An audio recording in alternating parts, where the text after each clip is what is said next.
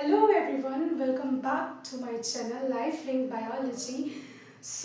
आज हम cell the unit of life का पार्ट थर्ड कवर करने जा रहे हैं। लास्ट दो पार्ट में हमने कवर करा था कि सेल क्या होता है, बेसिकली सेल कितने टाइप्स का होता है, यूनिसेलुलर, मल्टीसेलुलर, और दूसरी चीज़ हमने देखी थी कि जो सेल है वो कौन कौन सी शेप का होता है एंड ऑल।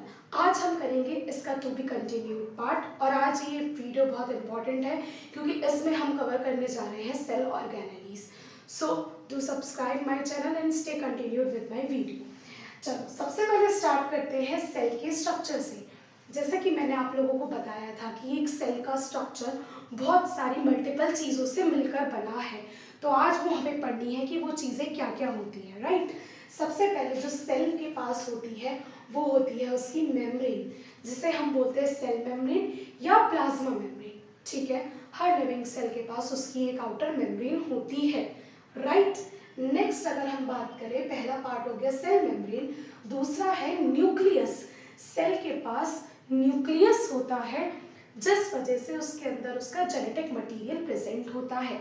न्यूक्लियस की भी खुद की मेम्ब्रेन होती है, that is known as nuclear membrane, right. तीसरा आता है साइटोप्लाज्म। साइटोप्लाज्म क्या होता है? वो फ्लूइड जो न्यूक्लियस के अराउंड हो, न्यूक्लियस के अराउंड सेमी लिक्विड फ्लूइड को हम साइटोप्लाज्म बोलते हैं। क्लियर हुआ ये पॉइंट? और साइटोप्लाज्म और न्यूक्लियस मिलके बनता है प्रोटोप्लाज्म। क्या बनता है? साइटोप्लाज्म और न्यूक्लियस मिलके बनता है प्रोटोप्लाज्म। तो सबसे पहले अगर हम चले कि सेल मेम्ब्रेन क्या होती है, तो एक चीज याद रखना, या सेल मेम्ब्रेन या प्लाज्मा मेम्ब्रेन, ये आपकी आउटर लेयर होती है जो कि प्लांट्स में भी और एनिमल्स दोनों में प्रेजेंट होती है। पहली चीज क्लियर। दूसरी चीज, इसका फंक्शन क्या होता है? मेम्ब्रेन का फंक्शन होता है सेलेक्टिवली परमिएबल। देखो हमेशा याद रखना, सेल की मेम्ब्रेन का सेलेक्टिवली परमिएबल नेचर होना जरूरी है। इसका रीजन ये है कि अगर सेल के अंदर कोई फॉरेन पार्टिकल आ रहा है तो सेल हर किसी को एंट्री नहीं देता इजीली। आप अगर चाहो कि कोई फॉरेन पैथोजन या माइक्रोब अंदर लाना चाहो तो मेम्ब्रेन उसको इजीली अंदर नहीं आने देती है, वो सेलेक्टिवली परमिएबल होती है। सेलेक्टिवली यानी सेलेक्ट कर कर कुछ को परमिट करती है अंदर आने के लिए, सेलेक्टिवली परमिएबल। क्लियर? अगर हम अगला देखें तो ये किसकी बनी हुई होती है? इसे बोला जाता है लिपोप्रोटीन्स, यानी कि हमारी मेम्ब्रेन किसकी बनी हुई है? लिपिड प्लस प्रोटीन्स की, बायोमोलिक्यूल्स की। हमारी मेम्ब्रेन जो होती है वो दो मॉलिक्यूल से मिलकर बनी है, लिपिड और प्रोटीन्स। दैट्स व्हाई हम अपनी मेम्ब्रेन को बोलते हैं लिपोप्रोटीन। ये बात क्लियर हुई? यहाँ तक किसी को कोई डाउट? सब क्लियर? अब अगर हम नेक्स्ट चले सेल वॉल पर, तो जो सेल वॉल होती है हम सबको पता है, मैंने एक शॉर्ट भी डाला था इस पे, कि जो आपकी सेल वॉल होती है वो बेसिकली सिर्फ और सिर्फ प्लांट सेल में होती है, एनिमल सेल में सेल वॉल नहीं होती। और इसका रीजन ये है कि प्लांट्स को चाहिए होती है एक रिजिडिटी, एक ठोस support. Plants can't do locomotion, plants चल के एक दूसरी जगह से नहीं जा सकते।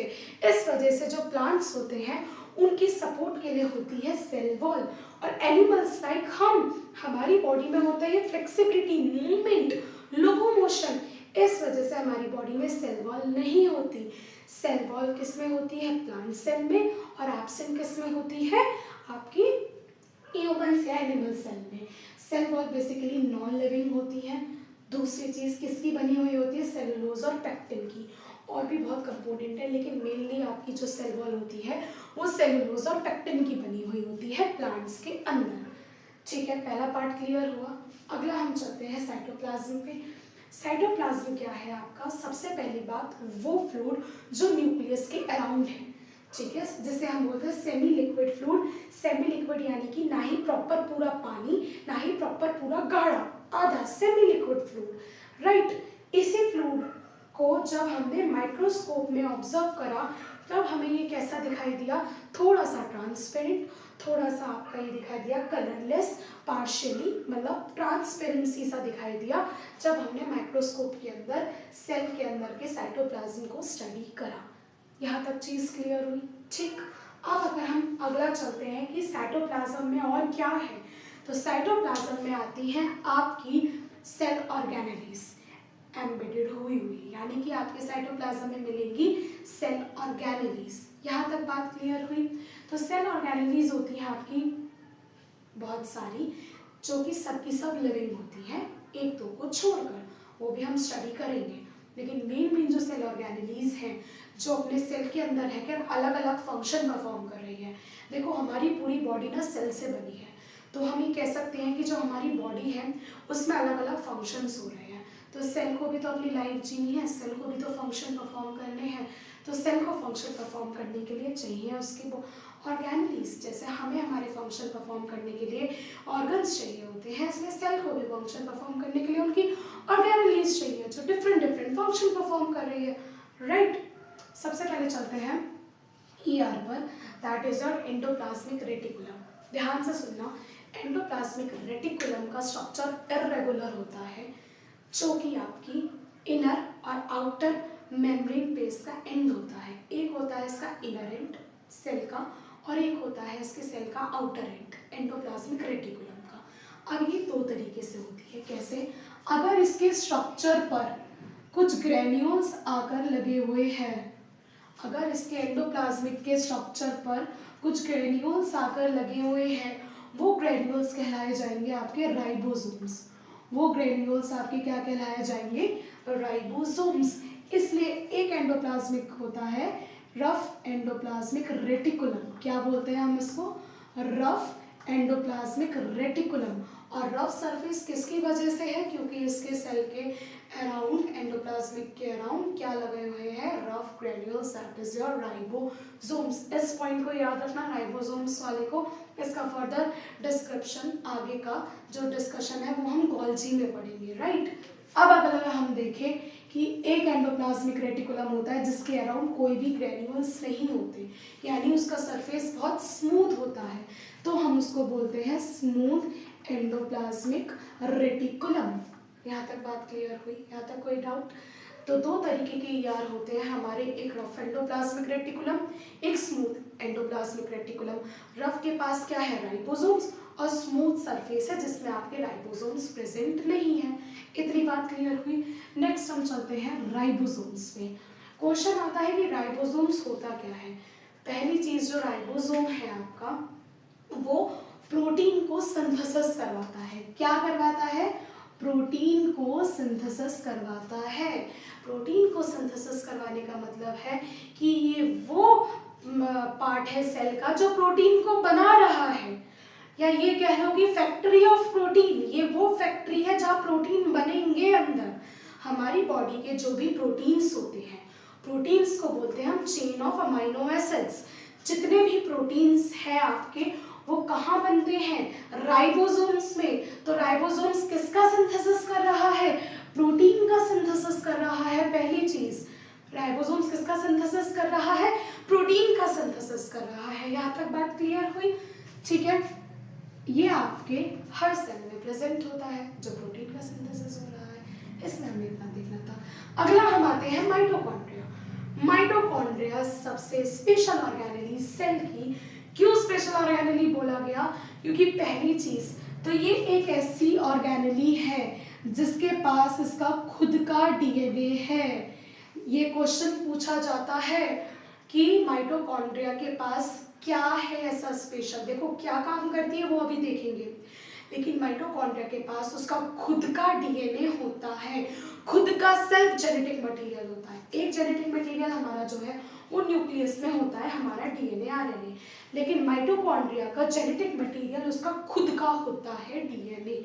सीधी बात। दूसरी चीज, माइटोकॉन्ड्रिया करता क्या है? हम बोलते हैं कि हमें खाना खाने से एनर्जी मिलती है, राइट। आप पढ़ाई कर रहे हो, वॉक कर रहे हो, डांस कर रहे हो, सिंगिंग कर रहे हो, कुछ भी कर रहे हो, आपको वो एनर्जी कहाँ से मिल रही है? जो आप खाना खा रहे हो, तो वो एनर्जी बेसिकली हमारी बॉडी बना रही है ना, बॉडी के सेल्स बना रहे हैं वो एनर्जी। तो सेल के जो माइटोकॉन्ड्रिया होता है, सेल का जो माइटोकॉन्ड्रिया होता है, वो बनाता है आपका क्या? Energy molecule. क्वेश्चन आता है किस फॉर्म में? That is your ATP. किस फॉर्म में बनाता है mitochondria energy? ATP, adenosine triphosphate. Adenosine triphosphate यहाँ तक किसी को कोई डाउट? एडिनोसाइन ट्राइफॉस्फेट जो मॉलिक्यूल है वो माइटोकॉन्ड्रिया के अंदर बनता है। इस वजह से हम कहते हैं जो हमारा एनर्जी प्रोडक्शन हो रहा है खाना खाने के बाद, वो एनर्जी कौन दे रहा है, कौन बना रहा है? माइटोकॉन्ड्रिया। कैसे? ये होता है माइटोकॉन्ड्रिया का स्ट्रक्चर। माइटोकॉन्ड्रिया का स्ट्रक्चर डबल मेम्ब्रेन होता है। पहली चीज, outer membrane and inner membrane. जो उसकी इनर मेम्ब्रेन होती है वो कुछ ऐसी इनफोल्डेड होती है। ये देख रहे हैं स्ट्रक्चर? इसकी माइटोकॉन्ड्रिया की जो इनर वाली मेम्ब्रेन होती है वो कुछ ऐसी फोल्डेड होती है। फोल्डेड का ही कारण है ये, इस फोल्डेड के अंदर एम्बेडेड हुए होते हैं कौन? ATP molecule. ये बनाते हैं आपके जो इनर मेम्ब्रेन होती है माइटोकॉन्ड्रिया की, एक आउटर मेम्ब्रेन ऑफ माइटोकॉन्ड्रिया, एक inner membrane of mitochondria. In folds को हम कहते हैं क्रिस्टेई। इन फोल्ड्स को हम क्या कहते हैं? क्रिस्टेई। जहाँ पे एटीपी का प्रोडक्शन हो रहा है, तो मत भूलना कि माइटोकॉन्ड्रिया की जो इनर मेम्ब्रेन होती है उसको हम क्रिस्टेई बोलते हैं, राइट? यही क्रिस्टेई के अंदर क्या हो रहा है? एटीपी का प्रोडक्शन हो रहा है, energy molecule. Hence that's why हम माइटोकॉन्ड्रिया को बोलते हैं power house of the cell. क्या बोलते हैं? Power house of the cell. यानी कि पावर हाउस का मतलब क्या होता है? जो हमारे घर में जो जैसे लाइट के पावर हाउस होते हैं, करंट आता है, लाइट चलती है, एनर्जी मिल रही है लाइट को। पावर हाउस यानी कि हमारी बॉडी का एनर्जी का घर। पावर यानी ताकत, एनर्जी, उसका घर कौन है? माइटोकॉन्ड्रिया। क्योंकि वो क्या बना रहा है? एटीपी बना रहा है, एडिनोसाइन ट्राइफॉस्फेट। सिंपल। क्या कहा जाता है? इसके पास ऐसा स्पेशल क्या है? इसका खुद का डीएनए। क्या बना रहा है? वो सब हमने माइटोकॉन्ड्रिया में कवर करा है। यहाँ तक तो कोई किसी को डाउट नहीं? क्लियर? अब अगला चलते हैं गोल्जी अपरेटस। गोल्जी अपरेटस का नाम पड़ा एक साइंटिस्ट के नाम से, कैलिलियो गोल्जी। गोल्जी नाम के एक साइंटिस्ट है जिन्होंने अपने ही नाम पर अपनी डिस्कवरी को दे दिया। होता क्या है? मैंने कहा था कि हम ईआर की कंटिन्यूटी करेंगे आगे चल के। पहली बात तो गोल्जी अपरेटस जो होता है क्रिस्टेनी बनाता है। इसका मेन काम होता है गोल्जी अपरेटस का पैकेजिंग करना और ट्रांसपोर्टेशन करना। हालांकि जो गोल्जी अपरेटस है इसके अंदर सिस और ट्रांस का जो स्ट्रक्चर होता है, ये क्या करता है? गोल्जी अपरेटस आपका बहुत सारे एंजाइम्स और बहुत सारे हार्मोन्स को आपका ये बनाता है, लेकिन साथ में ये क्या करवाता है? ट्रांसपोर्टेशन और पैकेजिंग। किसकी पैकेजिंग करवाता है ये? गोल्जी अपरेटस करवाता है आपकी प्रोटीन प्लस लिपिड की पैकेजिंग। किसकी पैकेजिंग हो रही है? प्रोटीन और लिपिड की। और प्रोटीन और लिपिड से हमारी क्या बनी थी? मेम्ब्रेन। तो इसकी पैकेजिंग कौन करवाता है? ट्रांसपोर्टेशन कौन करवाता है? Golgi apparatus. और इसको हेल्प कौन करता है? ईआर। क्योंकि मैंने क्या कहा था, जो राइबोसोम्स होते हैं वो किसका सिंथेसिस करते हैं? प्रोटीन का, राइट? तो जो प्रोटीन्स है वो कौन बनाएगी? आरईआर। रफ किस वजह से था? राइबोसोम्स की वजह से। और जो राइबोसोम्स हैं वो किसका सिंथेसिस करते हैं? प्रोटीन का। तो प्रोटीन का सिंथेसिस गोल्जी अपरेटस में कौन करवाएगा? Rough endoplasmic reticulum. और लिपिड का कौन करवाएगा? Smooth endoplasmic reticulum. तो एक तो ये रफ और स्मूथ का एक डिफरेंस और है कि रफ एंडोप्लाज्मिक रेटिकुलम प्रोटीन का सिंथेसिस करवाता है जब पैकेजिंग होती है गोल्जी अपरेटस में, और एचसीआर लिपिड का सिंथेसिस करवाता है जब पैकेजिंग होती है गोल्जी अपरेटस में। फिर इसको सेल में इसको ट्रांसपोर्ट करवाया जाता है। तो जो पैकेजिंग और ट्रांसपोर्टेशन हो रही है वो कौन करवा रहा है? Golgi apparatus. यहाँ तक कोई डाउट? अगला चलते हैं लाइसोसोम्स। लाइसोसोम्स नाम आते ही सबके दिमाग में एक वर्ड क्लिक हो जाता है, सुसाइड बैग्स। ठीक है, बट सुसाइड बैग्स कहना ठीक नहीं है। पहले हम इसको समझते हैं कि ये होता क्या है। ये है हमारे सेल का डाइजेस्टिव एंजाइम। हमारे सेल के अंदर जो डाइजेशन हो रहा है सेल की बॉडी का, वो डाइजेस्ट कौन करवा रहा है? लाइसोसोम्स। तो कभी कभार कुछ सेल्स क्या करते हैं, फॉरेन पार्टिकल्स उनके अंदर आते हैं अनफेवरेबल कंडीशन में, तो सेल खुद को डैमेज कर लेते हैं लाइसोसोम्स के थ्रू। तो क्या कहा जाता है इनको कि सेल्स ने खुद ही को डैमेज कर लिया। और जब खुद ही को कोई मारता है तो उसको क्या बोला जाता है? सुसाइड। सुसाइड बोला जाता है, that's why lysosome is known as a suicidal bags. Digestive enzyme के साथ साथ सुसाइडल बैग्स, दो चीजें याद रखनी है, सिंपल। अगला आते हैं सेंट्रोसोम एंड सेंट्रियोल्स। सेंट्रोसोम और सेंट्रियोल्स हैं आपके पार्ट क्रोमोसोम्स के। क्रोमोसोम्स जो आपका न्यूक्लियस में प्रेजेंट है, क्रोमोसोम्स का जो सेंटर ऑफ द पार्ट होता है सेंट्रोसोम, वहां से आपके बनते हैं स्पिंडल फाइबर्स। क्या बनते हैं? Spindle fibres. स्पिंडल फाइबर्स क्या होते हैं? ये स्पिंडल फाइबर्स आपके सेल के डिवाइड करते टाइम, माइटोसिस और मियोसिस के टाइम बनते हैं स्पिंडल फाइबर्स, जिन्हें कौन बनाता है? सेंट्रोसोम्स। और सेंट्रोसोम्स के पास होते हैं दो सेंट्रियोल्स। ध्यान से सुनना, सेंट्रोसोम के पास होते हैं दो सेंट्रियोल्स जो कि क्या बनाते हैं? माइक्रोफिलामेंट्स। क्या बनाते हैं? माइक्रोफिलामेंट्स। जब आप माइटोसिस मियोसिस डिटेल में पढ़ोगे तो उसके अंदर आपके माइक्रोफिलामेंट्स और स्पिंडल फाइबर्स बनते हैं during cell division, that is your mitosis और मियोसिस। क्लियर हुआ इतना? अब आते हैं अगला, प्लास्टिड्स। एक चीज और, सेंट्रोसोम और सेंट्रियोल सिर्फ और सिर्फ एनिमल्स में होते हैं, प्लांट्स में नहीं होते। प्लास्टिड्स आपके सिर्फ और सिर्फ प्लांट्स में होते हैं, एनिमल्स में नहीं होते। ये दो डिफरेंस याद रखना प्लांट सेल और एनिमल सेल के बीच में, राइट।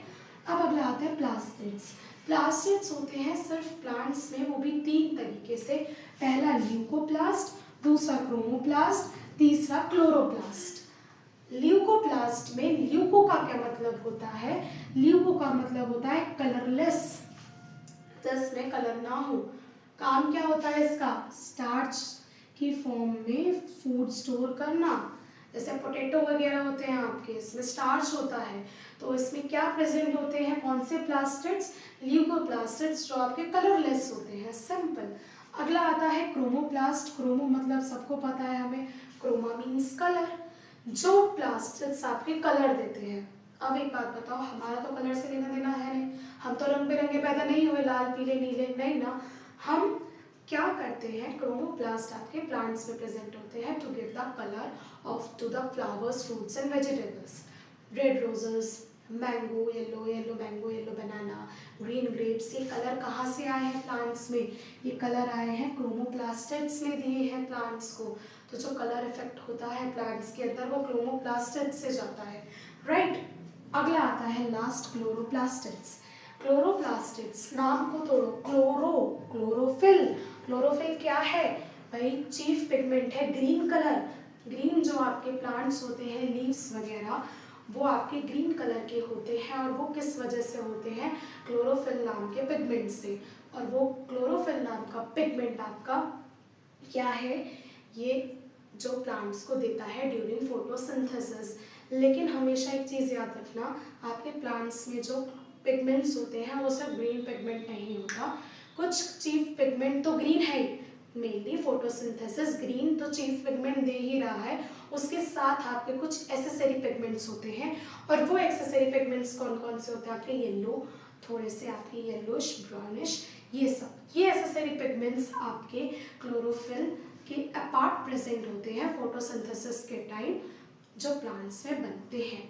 आज हमने कवर करी है living cell organelles, ER, mitochondria, ribosomes, Golgi, lysosomes, centrosomes, plastids and all, plus आपके सेल के पार्ट्स। अभी हमारा एक चीज़ और रह रही है, non living parts plus nucleus को अच्छे से पढ़ना, और आपके कुछ differences plant cells, animal cell, prokaryotic, eukaryotic. तो अब आपके इस चैप्टर का एक लास्ट पार्ट आएगा जिसमें हम इस चैप्टर को ख़त्म कर देंगे, जो कि बहुत जल्दी आएगा।